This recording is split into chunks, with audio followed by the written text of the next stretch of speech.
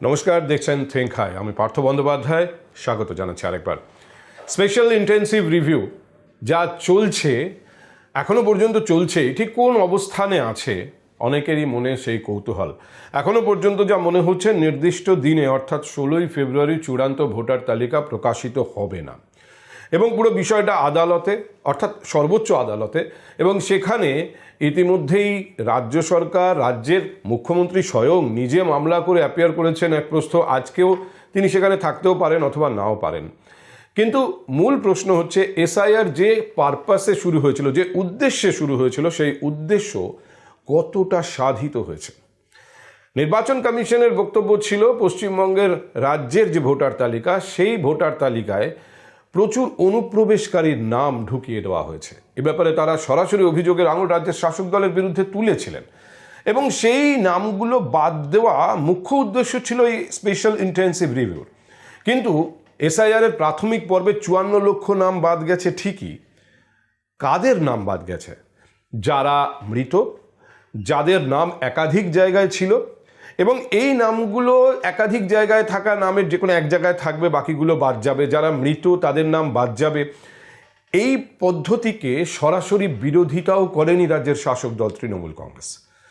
কিন্তু শাসক দল প্রথম থেকে এসআইআরের বিরোধিতা করেছে। তাদের বক্তব্য ছিল বৈধ ভোটারদের নাম বাদ দেওয়া যাবে না।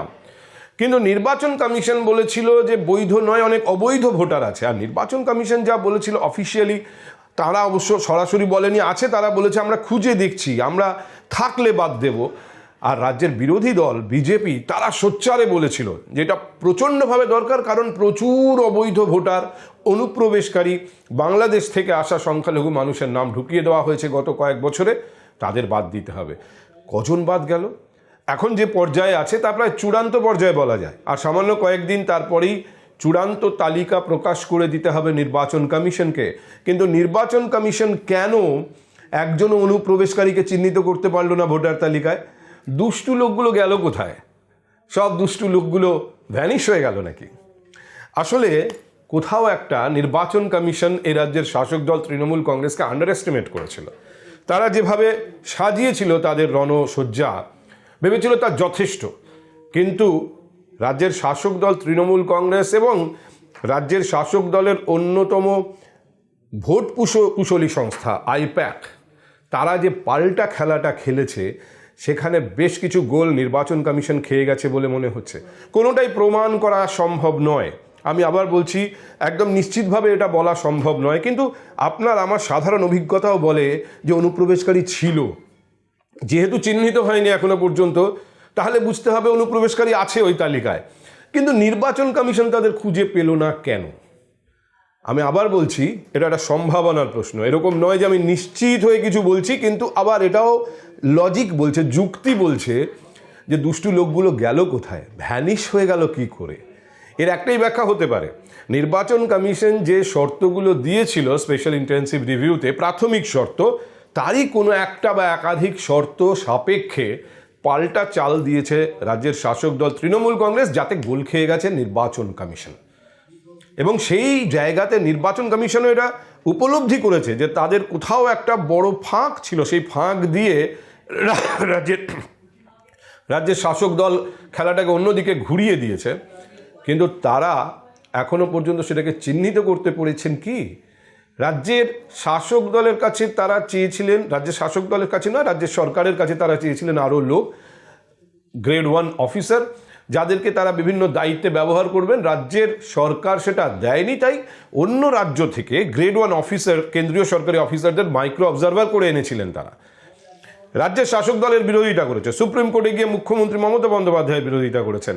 কিন্তু গ্রেড 1 অফিসারদের মাইক্রো অবজারভার করে এনে নির্বাচন কমিশনের কি আদৌ কোনো সুবিধা হয়েছে? রাজ্যের শাসক দলের কাছে তারা মাথা ব্যথার কারণ হয়েছেন ঠিকই, কিন্তু রাজ্যের বিরোধী দলের কাছেও তারা মাথা ব্যথার কারণ হয়েছেন। কারণ অন্য রাজ্য থেকে আসা এই মাইক্রো অবজারভারেরা কেউ এআরও বা তারও ওপরের পদে থেকে, এবং সেই সঙ্গে এআই ব্যবহার করে কারুর বানান পাল বানান PAL, কেউ PAUL লিখেছেন, তাই তাকে সন্দেহভাজন বলে চিহ্নিত করেছেন। অজস্র মানুষকে গিয়ে শুনানির লাইনে দাঁড়াতে হয়েছে, যাদের ওই প্রাথমিক শর্ত অনুযায়ী শুনানির লাইন অবধি যাওয়ার কথা না। মানুষ তো বিরক্ত হচ্ছেন, এবং বিজেপি এটা বুঝতে পারছে যে মানুষের এই বিরক্তি তাদের বিরুদ্ধে যেতে পারে। ফলে তারাও আশঙ্কিত এই পদ্ধতি নিয়ে, তারাও এই ব্যাপারে যে খুব খুশি এ কথা বলা যাবে না স্বাভাবিকভাবে। আর নির্বাচন কমিশন তারা বলতে পারা যায় কিং কর্তব্য বিমূঢ়, তারা বুঝতে পারছেন না যে তারা নিশ্চিত, এমনকি আইবি রিপোর্ট বলছে অনুপ্রবেশকারী আছে ভোটার তালিকায়, তারা চিহ্নিত করতে পারছেন না। কীভাবে এই সমস্যার সমাধান হবে?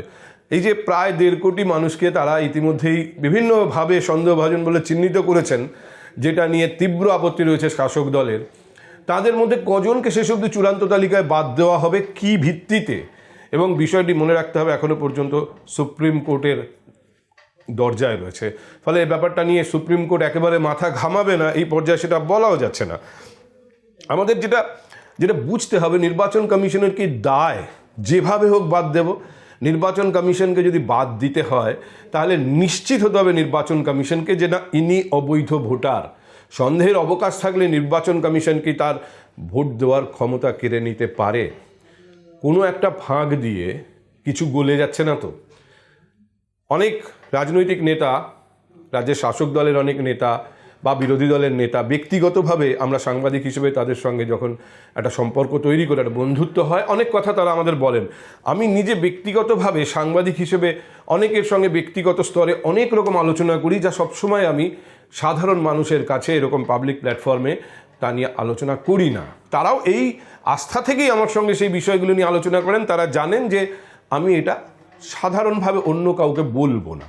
এইটুকু আস্থা যদি অর্জন না করা যায় তাহলে সাংবাদিক হিসেবে কাজ করা যায় না। তবু একটা ছোট্ট বিষয় আপনাদের বলি, এই যে আন্তর্জাতিক কলকাতা বইমেলা গেল, সেখানে একাধিক বিভিন্ন স্তরের নেতাদের সঙ্গে আমার দেখা হয়েছে।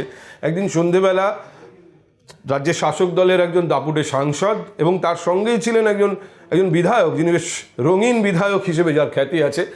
এরকম সন্ধেবেলা প্রায় বলা যায় বিভিন্ন বিষয় নিয়ে আলোচনা বা আড্ডা চলছে, সঙ্গে কাগজের কাপে চা।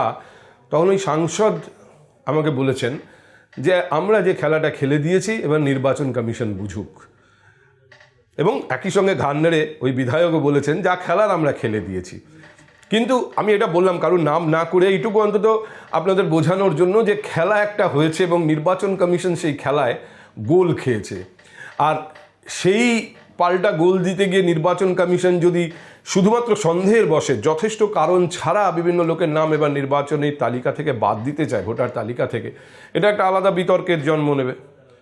রবীন্দ্রনাথ তো কতদিন আগেই বলেছিলেন, দ্বার বন্ধ করে দিয়ে ভ্রমটারে রুখি, সত্য বলে আমি তবে কোথা দিয়ে ঢুকি।